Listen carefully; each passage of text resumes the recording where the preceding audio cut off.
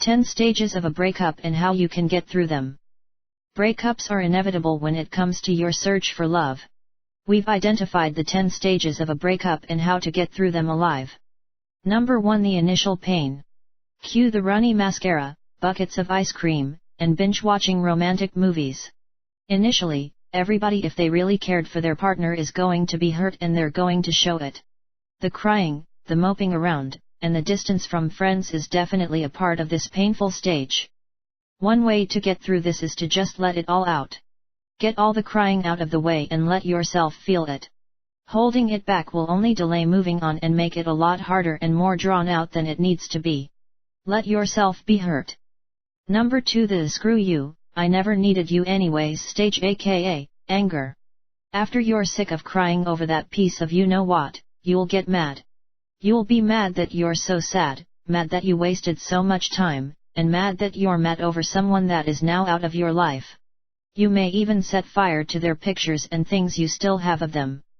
The best way to get through this is to find something to occupy your time, specifically something that can alleviate some of your anger. Hit the gym, pick up a new hobby, or go see a comedy with friends.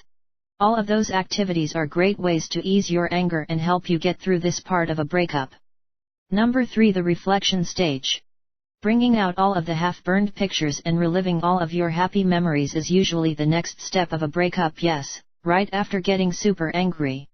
You'll start reminiscing on the good times, and cursing your ex for being so perfect. This isn't necessarily a bad stage, and it's okay to spend some time here. Just don't make it excessive. Getting through this stage really just involves removing all of their belongings and photos, and putting them either in the trash, or a safe place, if you want to keep some memories. Number 4. Rebound.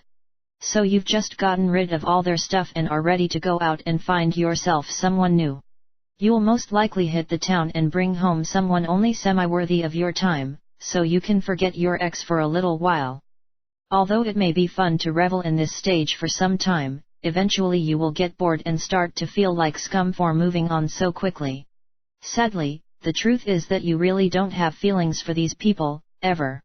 To get through this, just take a step back and reflect on how you feel for these obvious rebounds. Number 5. The I don't need anybody else because I'm my own person stage.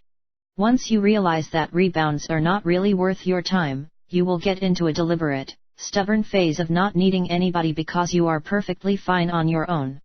The problem is when you're only faking this stage as a front. This is actually a good stage to be in for some time. The truth is, you don't need anybody to be happy. But if you're only faking being happy alone, and you're really dying inside, get through this stage by talking to someone. Express your feelings and get the opinion of someone who really is happy about being alone. Number 6. The single power stage. Wahoo! Hashtagging every other picture with number single life is your new go-to in this stage. Prominently displaying your single status is how the next stage of a breakup will go, and it's by far the most annoying stage. To everyone else, at least. Being proud to be single is not a bad thing.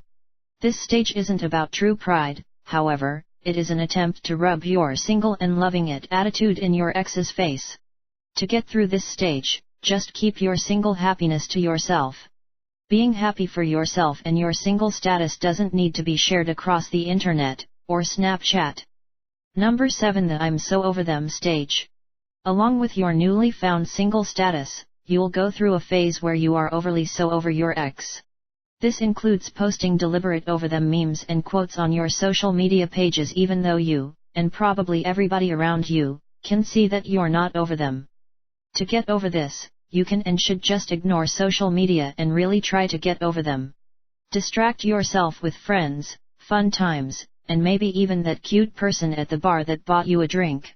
If you really want to be so over them, start by doing things for yourself. Number 8. The relapse stage. This is when you realize that you're not over them. Usually, you just so happen to find their phone number and call or text them that you miss them, and maybe want to work things out. I think this happens to everybody during a breakup, because you really do miss them. To get through this, honestly, you should just delete their number. Get rid of it and get rid of all their social media, so you don't even have the opportunity to contact them or see them. It's the best way to steer clear of them during this difficult breakup stage. Number 9. The boomerang stage. This is when all that pain and heartache comes back around full force and hits you again, hence the term boomerang. You will feel all of the initial feelings of hurt and pain again and probably spend more time knee-deep in a pile of empty pints of Ben and Jerry's. This stage won't last too long again. You'll be sad, maybe curse the fact that you thought they were perfect, but you'll move on to the next stage fairly quickly. To get through this part, just be around other people, you won't want to reflect on it in front of them. Number 10. Acceptance. Finally, after that crazy roller coaster of emotion, you will see that maybe the breakup is for the best. Maybe it's just a path that will lead you to your real love one day. You'll accept this, get over them, and be on your way to a happier you in no time. Thank you. Subscribe us for more videos.